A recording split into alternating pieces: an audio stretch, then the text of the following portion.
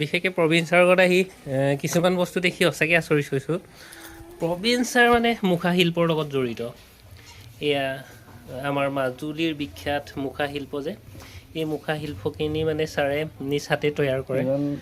এয়া কৃষ্ণ হ'ব, তাৰপিছত ৰাম, নহ'লে কৃষ্ণ বা ৰাম আৰু তাৰপিছত সেয়া অসুৰৰ আৰু গৰুণ্ড, তেনেকৈ হনুমান, তাৰপিছত নাৰদ, এনেকৈ বিভিন্ন ধৰণৰ ছাৰে মানে মুখা তৈয়াৰ কৰিছে।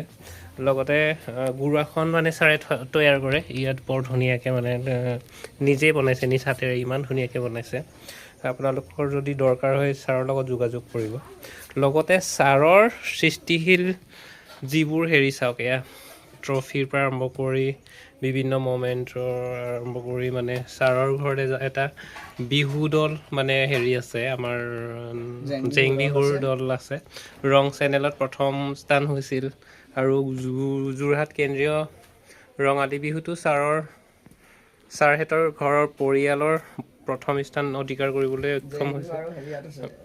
দিহানামৰ পৰা আৰম্ভ কৰি বিভিন্ন প্ৰতিযোগিতাত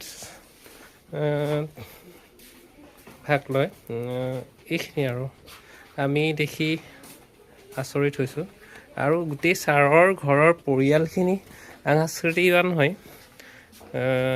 ঢোল খোলৰ পৰা আৰম্ভ কৰি দোতৰা, বাঁহী, হাৰমনিয়াম, গোটেইখিনি ছাৰৰ ঘৰ দেখি আমি আচৰিত হৈছোঁ। সঁচাকৈ এজন প্ৰকৃত শিল্পীৰ এয়াই পৰিচয় মানে।